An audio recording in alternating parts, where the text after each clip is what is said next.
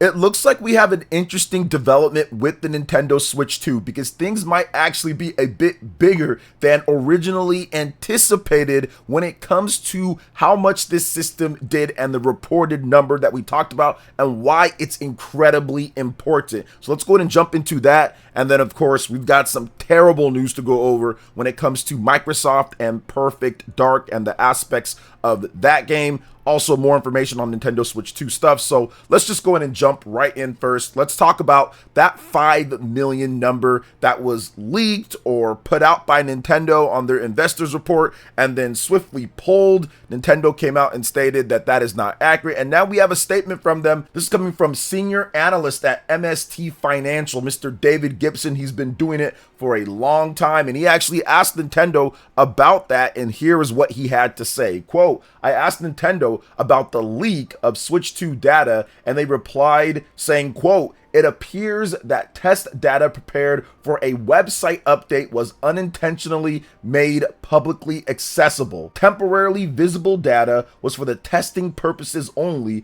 and is not accurate and not related to any sales result or projection of Switch 2. So David Gibson continues saying, so do not take that 5 million Switch 2 sell in for June. I am expecting 5.4 million when results are announced on August 1st. Daniel Ahmed also chimed in there saying 5 million is too low anyway. So that's the interesting thing here. We actually talked about that recently on the channel where I said 5 million, that's the fastest selling system of all time easily. That's definitely the fastest selling to have. Barely a month that goes by and you hit 5 million in sales, but it seems like it actually might even be better than that based off of what some of the analysts that do have some ears to the ground when it comes to financial numbers and potential sales and all of that, they actually talked about it as well. So very crazy overall. And essentially how these sales actually help us out in terms of the consumer is that we're going to get more developers interested in making games for the platform. We're going to get more excited development because you know that there's going to be a base to sell the game to. You want to see rapid expansion. So if you have a game that's coming out in 2 years or whatever the case is, you can say, okay, going based off of how Nintendo's selling right now at this point, sure, it might slow down a little bit, but it's hot and we want to make sure that we get in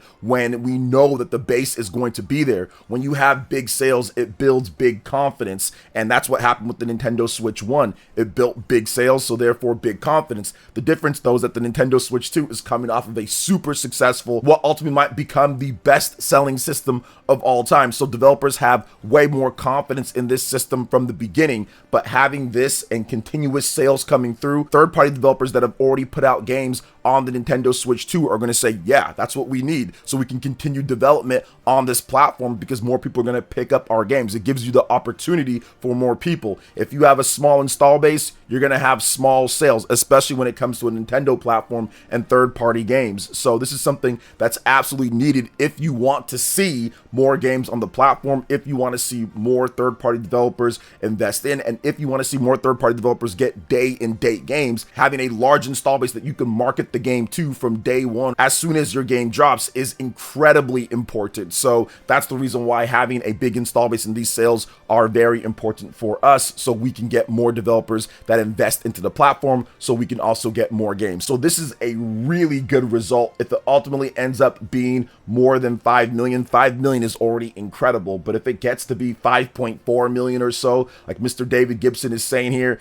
that is easily a massive record above what the PS5, PS4 did. I think those were around like 4 million after 2 months or so, 4 to 4.5 million. So the Nintendo Switch 2 is starting out blazing hot, it seems. So this is absolutely going to lead to more investment into the platform and better things going forward. So what do you guys think about this when it comes to the potential of things even being bigger than expected with the Nintendo Switch 2? Let me know in the comment section. Definitely great news. But before we get into the not so great news next, please make sure you hit that subscribe button. If you are not subscribed, hit that like button and let me know what you guys think Nintendo is going to round out the month at when it comes to sales when we hear about that in August. Now let's go ahead and jump into the next topic here. We've got some really bad news when it comes to Microsoft, Xbox, Perfect Dark, because, man, it's crazy here. Now, I'm not going to go over everything when it comes to Microsoft. We're going to have a live stream and I'll talk about it more there because it's a very nuanced and I would say somewhat sensitive topic because people are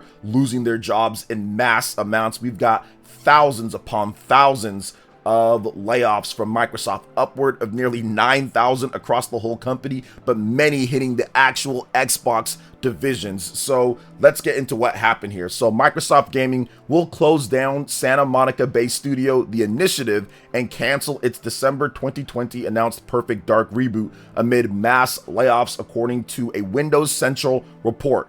Xbox Game Studio head Matt Booty shared the following email internally confirming that Everwild, Perfect Dark, and other unannounced projects have been canceled.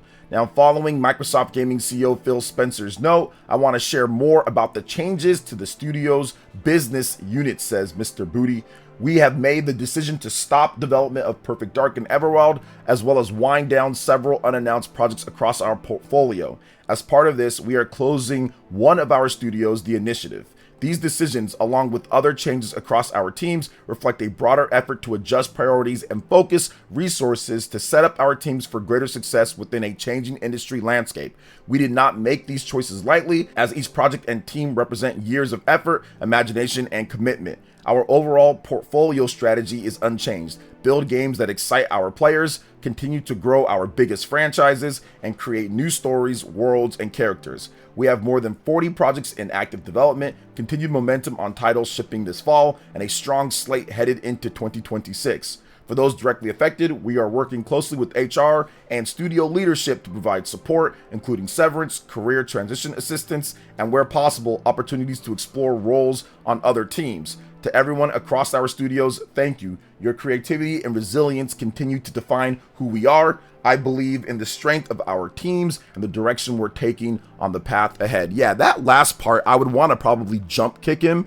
if I was the one that got laid off and he's sitting there and saying thank you and your creativity has made us who we are. And yeah, by the way, bye, see you later. We're worth $1 trillion when it comes to Microsoft. So yeah, their market cap is $1 trillion and they're letting go of this many people. I mean, it's one of those things to where it sucks, man. It really sucks to see this. But like I've stated before many times, like I've stated in terms of my live streams, like all of these companies can be terrible in terms of what they do. People focusing on one more so than the other. I mean, you've got people that got families, got kids, and all of a sudden they're out of a job, especially some of them that actually moved across country or moved to go join Microsoft's gaming studios or moved to go join this. The Initiative is new. They just put that team together back when the Xbox series was first being announced. So a lot of people probably moved to California or moved to try to get their dream job. And before you know it, it's gone before you can even get the game out. So this is absolutely terrible. Phil Spencer also talked about this as well,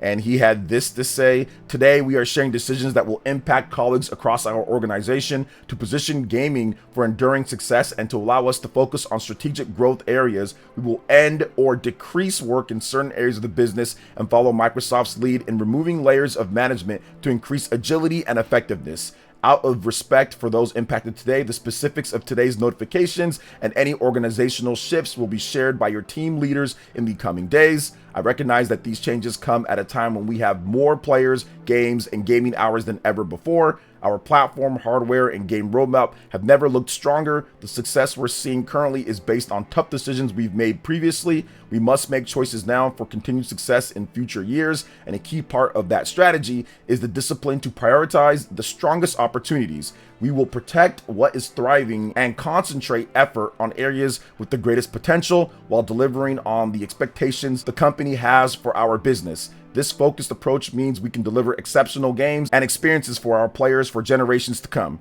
Prioritizing our opportunities is essential, but that does not lessen the significance of this movement. Simply put, we would not be where we are today without the time, energy, and creativity of those whose roles are impacted. These decisions are not a reflection of the talent, creativity, and dedication of the people involved. Our momentum is not accidental. It is the result of years of dedicated effort from our teams. HR is working directly with impacted employees, their severance. Like, I get it. He says thank you. But once again, just like Mr. Matt Booty's statement, that statement would also make me want to jump kick someone, because you can't sit there and say we have more of this, we have more of this, we have more of this, we have more games and players and revenue and all this, and then all of a sudden be making all these massive cuts to your staff. That doesn't really mesh well overall, outside of them potentially being a little bit deceptive here, or essentially not doing as good as they thought that they were, or just flat out greed. Because once again, Microsoft is worth $1 trillion plus, 3 trillion if I'm not correct. So you can't sit there and say that we have all these players, we have all this money, we have all this revenue, we're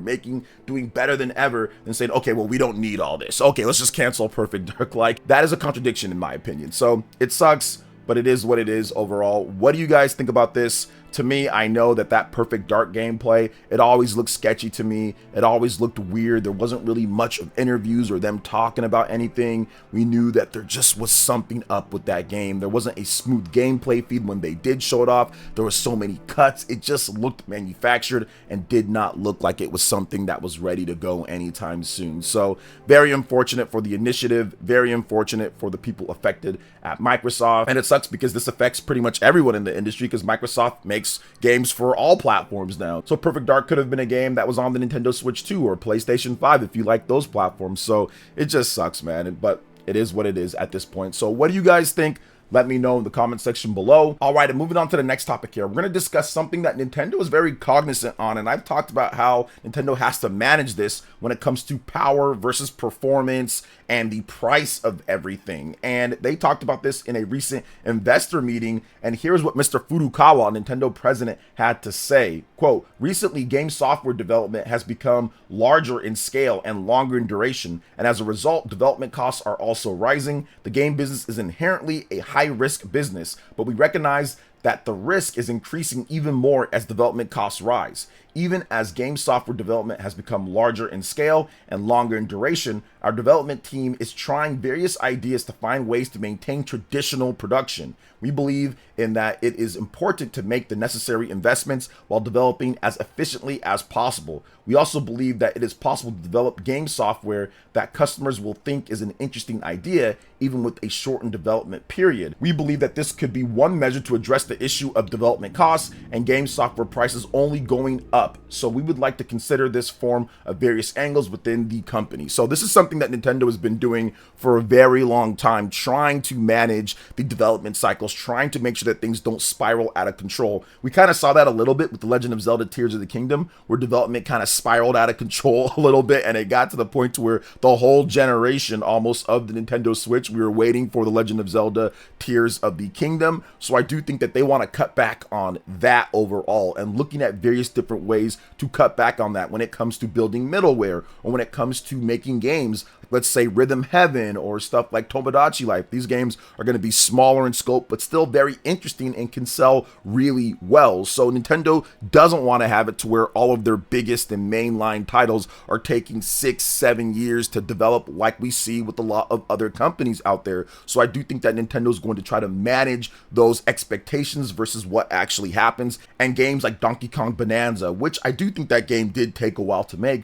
but I don't think that type of game is the game that you need to spend 7-8 years on. I think Nintendo wants to keep their biggest games in the development period of 3 to 4 years, while other games that are smaller, maybe 1.5 to 2 years, depending on the type of title that it is, and kind of slot things in normally. Also, Xenoblade Chronicles 3, that's a game that also took quite a bit of time, but pretty efficient overall if you look at the size and scope of the game. How is Monolith Soft going to handle the new bump to hardware? What are they going to do? Well, they've talked about a few different things that they've done to help out with development as well. So it's one of those things to where they are preparing in that type of way, and I do expect Nintendo to have a pretty solid and decent release schedule overall when it comes to games, where they can have their big titles that are obviously huge and everyone's looking forward to, like let's say Donkey Kong or like Metroid Prime, the next big 3D Mario, but then also have these smaller titles or even Nintendo Switch 2 editions that have add-on content to help fill in the gaps, or taking a previous game and having a free update for those games, like The Legend of Zelda Echoes of Wisdom, which almost almost looks like a remaster in some sense. And ultimately, it's going to be up to Nintendo's management to make sure that they have these things in line and in order.